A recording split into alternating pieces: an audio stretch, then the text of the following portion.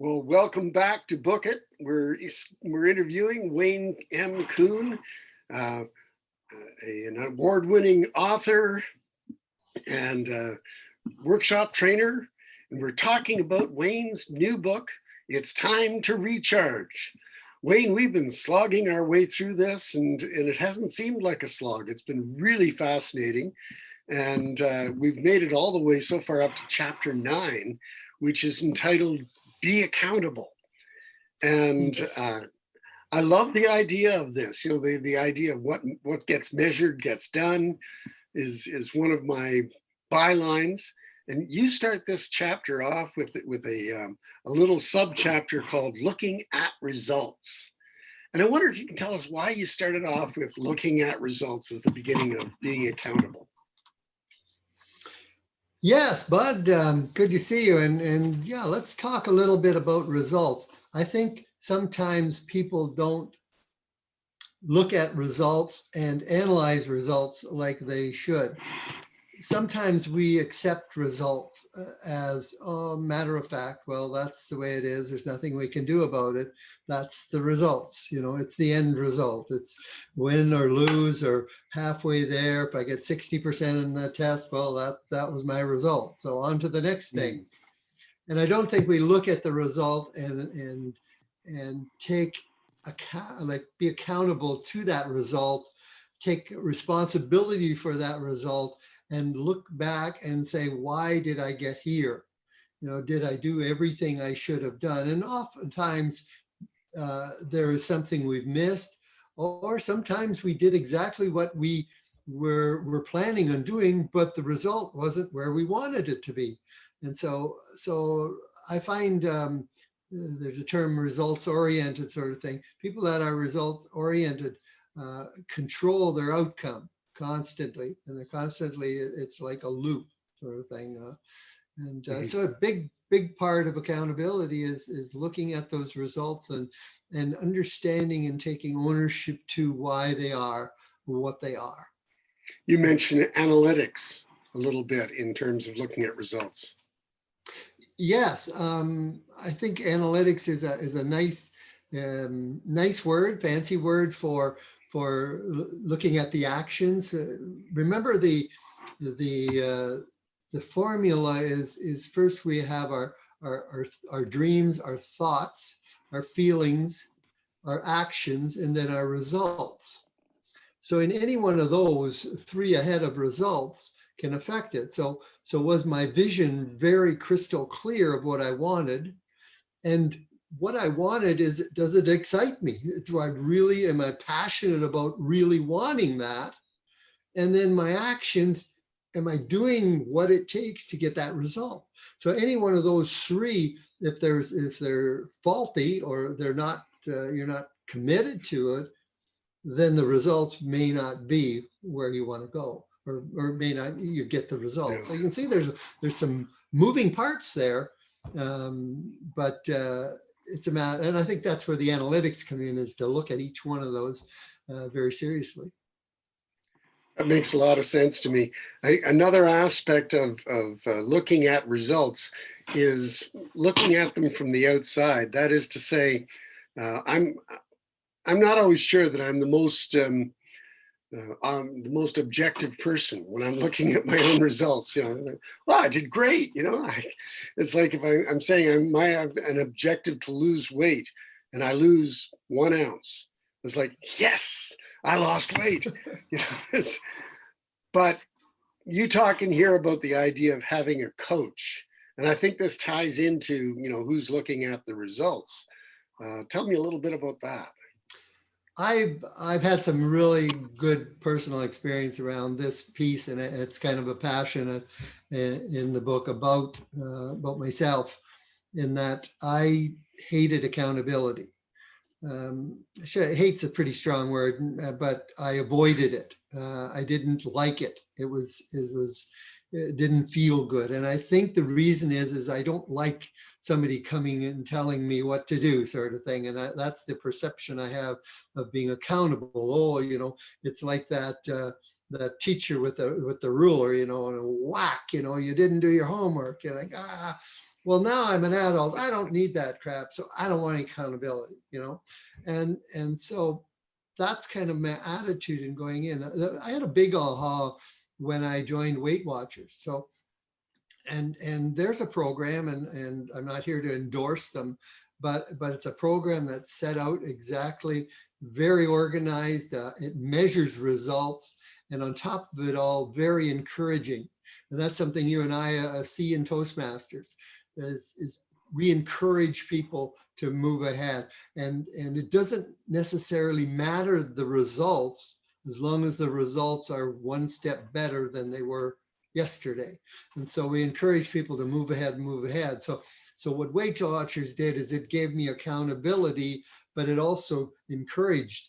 And that piece, and I got a new aha, kind of a new definition maybe for accountability, and that it's not a negative force, it's a positive force, and it's a recharged force.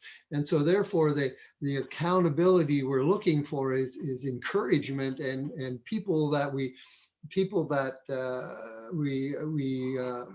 kind of meet up with, and people that we form relationships with us are there to encourage us to be better people. And that's where accountability really changed my view of what that whole thing was about. So yeah, it's a very good experience. It's interesting you mentioned Toastmasters, because when I first started going to Toastmasters and I was having someone evaluate my speeches, I was a little nervous because I thought, well, maybe they're going to tell me I'm terrible or something like that. And of course, at Toastmasters, we encourage the evaluators to use a 2-to-1 ratio, 2 things that you're doing very well and 1 thing that you could get better at. Mm-hmm. And you notice it's not 1 thing you're doing badly, but 1 thing you could get better at. And I always have the impression that the best coaches, that's what they're doing. They're encouraging their players in what they're doing right.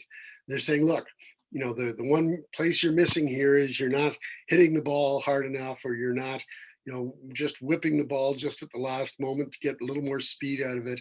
And I want you to try that.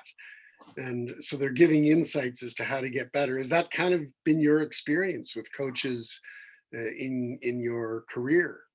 I think that's what we need as human beings, is that degree of encouragement. In chapter, I believe 2 and 3, when I talk about the kitchen table, that encouragement, I think, didn't exist in a lot of our youth and a lot of our background. It was more or less succeed by intimidation, and so that friendliness about accountability isn't there. And some of the coaches I see right now are brutal. They don't have the understanding and empathy of where the person is going. It's just kind of a push. And to me, that's a turnoff. I guess I'm soft that way. I don't know, but I need the encouragement to move ahead.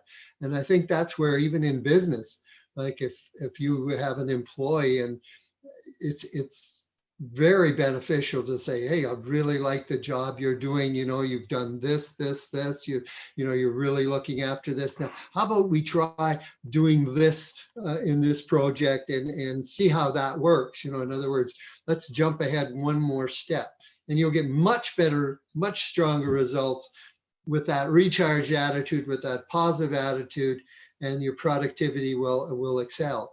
And that's where a good coach is worth their weight. If I look at any of the top real estate salespeople that are running big teams and big organizations, they all have coaches, and sometimes 2 and 3.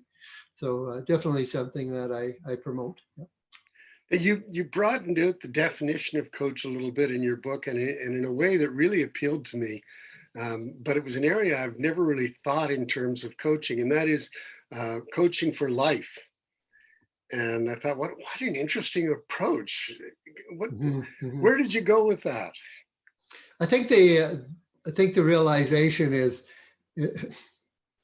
I've heard the term life coach, and and I think it's sometimes used loosely, because to me, no one can be my life coach. Maybe it's my therapist and I'll sit down there and tell them all my problems. I don't know. But I look at coaching as very specific areas of your life.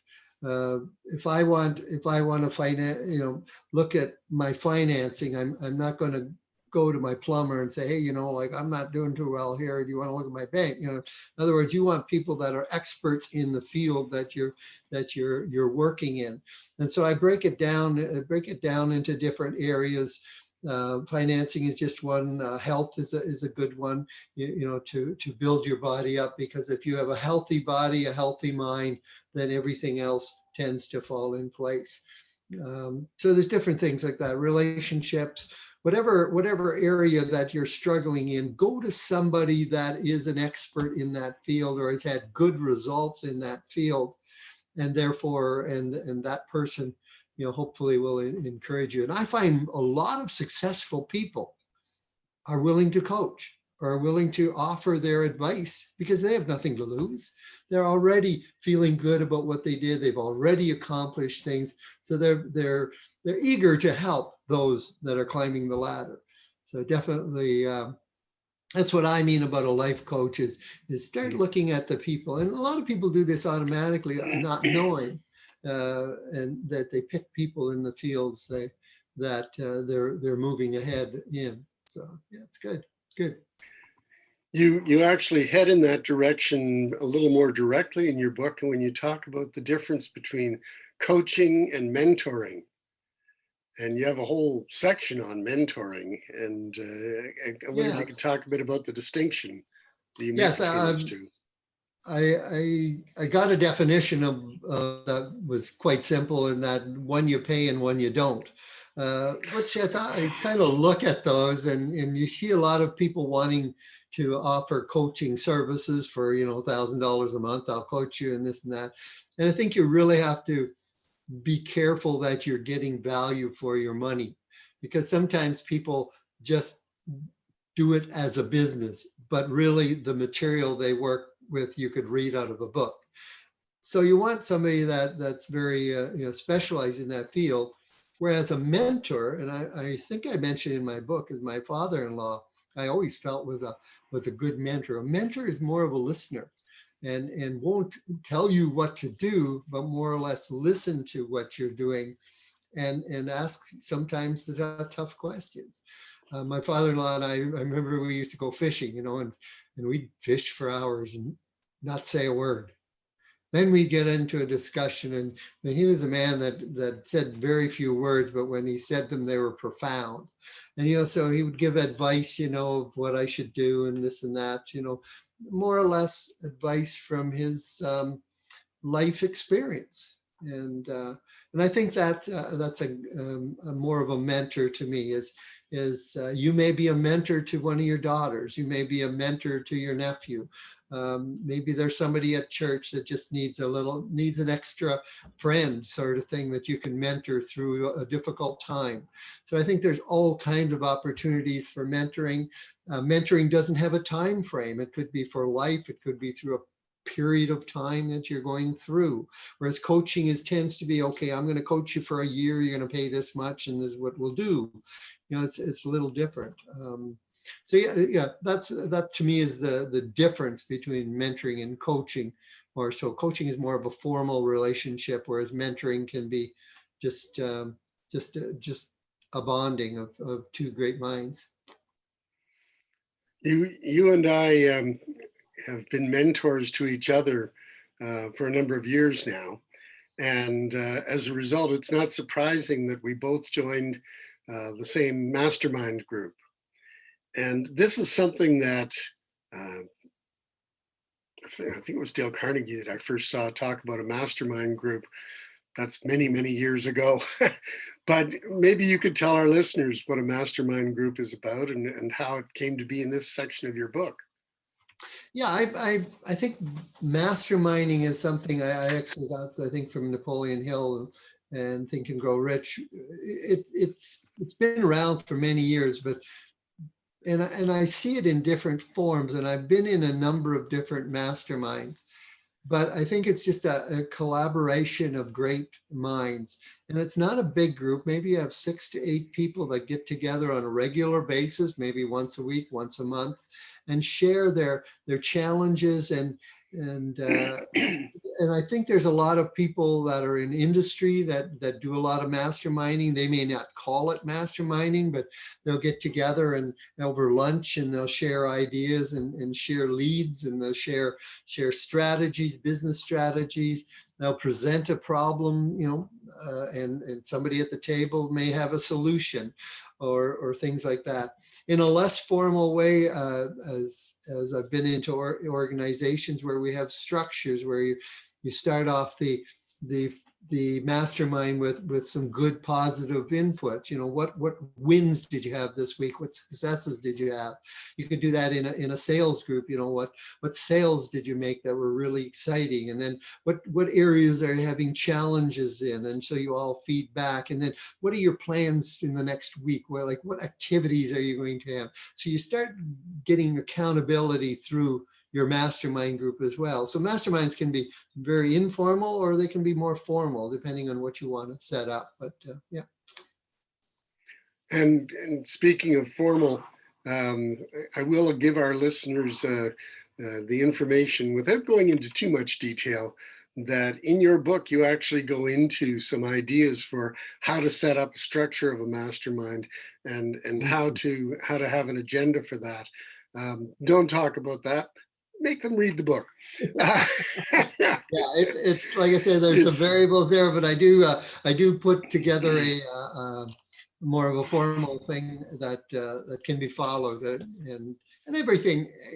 There's always flexibility.